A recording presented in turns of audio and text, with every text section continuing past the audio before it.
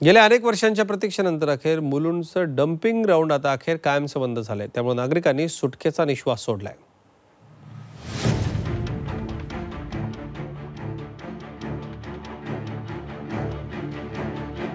ड्रोनद्वारे चित्रित केलेल्या या दृश्यावरून मुलुंड क्षेपणभूमीचा पसारा लक्षात येतो।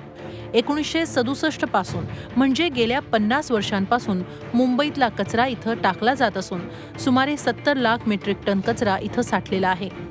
इथला कचऱ्याचा डोंगर 11 मजली इमारती इतका म्हणजे 100 फुटांपेक्षा अधिक उंचीपर्यंत गेलाय, ज्याचा त्रास मुंबईकरांना होत असल्यानं उच्च न्यायालयाच्या आदेशानुसार ही क्षेपणभूमी बंद करून इथल्या कचऱ्याची शास्त्रोक्त विल्हेवाट लावली जाणार आहे।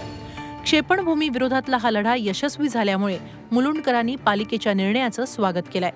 हमारे बगल में डंपिंग ग्राउंड था जो कि हमें एक स्वस्थ जीवन जीने के लिए अलाउ नहीं कर रहा था, बट अब 2 अक्टूबर से ये डंपिंग ग्राउंड बंद हो रहा है और इससे ज़्यादा खुशी की बात हो नहीं सकती है। ये हरिओम नगर के इतिहास में स्वर्ण अक्षरों में लिखा जाए। इथल्या कचऱ्याची विल्हेवाट लावण्यासाठी 5 वर्षांचा कालावधी लागणार असून 558 कोटी रुपयांचा खर्च येणार आहे। यानंतर 60 एकर जमीन पालिकेला वापरण्यासाठी खुली होणार असून त्याची बाजारातली किंमत 5,500 कोटी इतकी आहे। दररोज 10,000 मेट्रिक टन कचऱ्याची शास्त्रोक्त पद्धतीनं विल्हेवाट लावली जाणार आहे।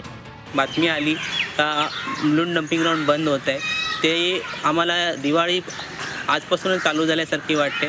त्याच्यामुळे पूर्ण हरिओम नगरमध्ये तसंच पूर्ण मुलुंड ईस्ट आणि ठाणा ईस्टपासून परिसरात जे आहे, इव्हन ऐरोलीचेही लोक गोष्टींनी या बातमीने आनंदित झालेले आहेत। यानंतर कचऱ्याचं वर्गीकरण करून प्रत्येक वस्तूचा पुनर्वापर केला जाईल। वापरण्यायोग्य नसेल त्या साहित्यातून अंबरनाथ जवळच्या करवले गावातील 10 हेक्टर इतकी सखल जमीन भरून काढली जाणार आहे। मोकळ्या होणाऱ्या जमिनीवर अतिक्रमण होऊ नये याचीही दक्षता घेतली जाणार आहे। त्यासाठी सीसीटीव्ही सुरक्षा रक्षक नेमले जाणार आहेत। मुलुंड क्षेपणभूमीचा प्रश्न सुटल्यानंतर इथल्या रिअल इस्टेटच्या किमतीही वाढण्याची शक्यता आहे।